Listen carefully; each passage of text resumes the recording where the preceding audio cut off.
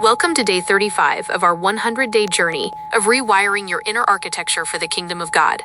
Yesterday, on day 34, we exposed the vanity of empty lip service, choosing authentic action and obedient labor in the vineyard over mere religious words. Today, we confront the ultimate delusion of spiritual entitlement and usurpation, understanding that we are trusted stewards of the Father's resources and gifts, not independent owners who can seize divine inheritance for our own selfish rule.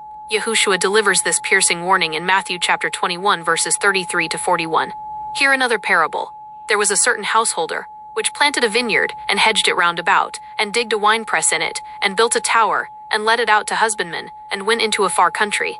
And when the time of the fruit drew near, he sent his servants to the husbandmen, that they might receive the fruits of it. And the husbandman took his servants, and beat one, and killed another, and stoned another. But last of all he sent unto them his son, saying, They will reverence my son. But when the husbandmen saw the son, they said among themselves, This is the heir. Come, let us kill him, and let us seize on his inheritance. He will miserably destroy those wicked men, and will let out his vineyard unto other husbandmen, which shall render him the fruits in their seasons. When Yahushua describes the wicked tenants, he exposes the fatal trap of pride, taking what God has entrusted into our hands, our life, breath, talents, and platforms, and pretending we own them, rejecting the Father's voice, and resisting the authority of the Son. Why shouldn't I claim total ownership over the things I have built and managed with my own hands? Worldly programming. The ego operates on pride, usurpation, and self-glorification. Worldly culture conditions you to build personal empires, hoard divine gifts as personal property, and silence the inner convictions that call for spiritual accountability.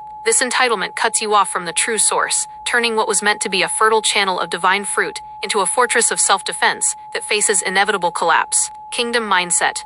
In the kingdom, true power is rooted in faithful, yielded stewardship. When your identity is anchored in Yahushua, you recognize that the vineyard belongs entirely to the Master. You operate with holy humility and joy, knowing that reverencing the Son and rendering the fruit of righteousness in its season ensures an everlasting flow of divine authority, provision, and favor. This is where the truth of the 22 books of the hidden light comes into play. The ego attempts to seize divine light to feed its own survival instincts, inevitably choking out spiritual life. The 22 books of the hidden light reveal that the soul is an open vessel, designed to reflect the pure frequency of the Father rather than claim it as private property. When you honor the Son and release the illusion of independent ownership, you restore the divine covenant of stewardship, aligning your inner architecture with the uncorrupted current of kingdom abundance. Take a moment to audit your sense of ownership and stewardship today. Where in your life have you acted like the master of your own vineyard, claiming personal glory or withholding your fruits from God's kingdom purposes?